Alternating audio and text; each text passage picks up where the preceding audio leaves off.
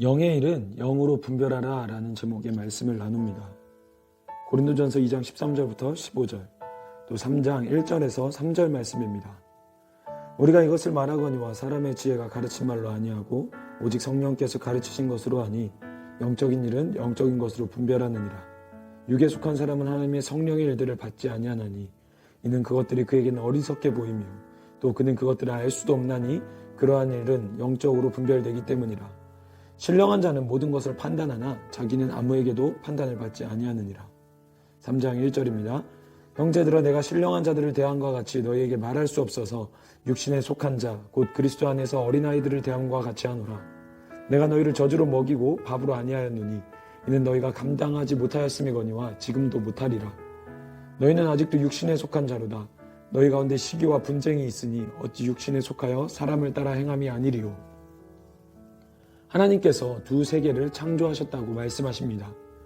보이는 이 땅에 물질 세계가 있고 보이지 않는 영의 세계가 있습니다.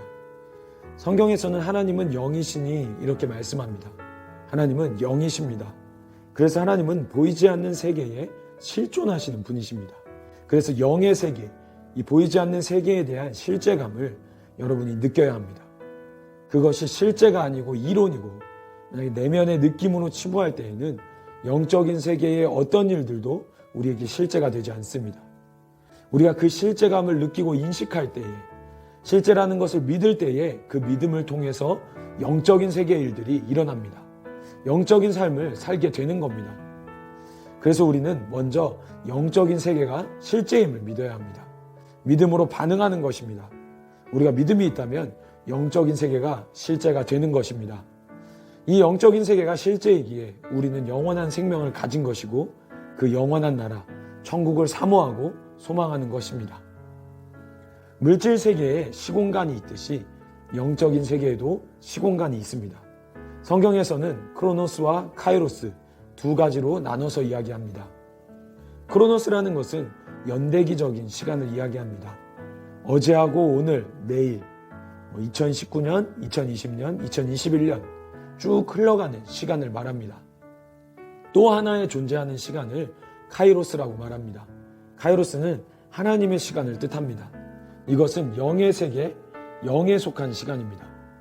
크로노스와 카이로스의 시공간이 존재한다고 성경은 말하고 있습니다. 이것이 실제라는 것입니다. 이 크로노스의 시공간 가운데 원리가 있습니다. 물건을 떨어뜨리면 밑으로 떨어지는 것과 같은 이런 물질적인, 물리적인 원리들이 있습니다. 카이로스의 시공간에도 원리들이 있습니다. 이 카이로스의 원리를 우리가 알고 사용하게 되면 우리는 영의 차원의 삶을 살 수 있게 됩니다. 하나님이 사람을, 우리를 그런 존재로 지으신 것입니다. 물질 세계뿐 아니라 영적인 세계에도 공존하며 살 수 있는 존재로 지으신 것입니다. 카이로스라고 하는 것은 단순히 흘러가는 시간이 아닌 우리 삶에 일어나는 어떤 하늘의 임팩트를 말합니다. 크로노스의 시간 안에 하나님의 임팩트가 있는 시간을 이야기합니다.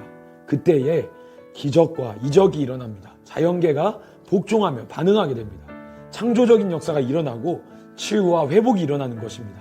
오병이어의 그 기적이 일어나는 것입니다. 성경에 나타난 모든 이적과 기적을 경험하는 인생을 살게 됩니다.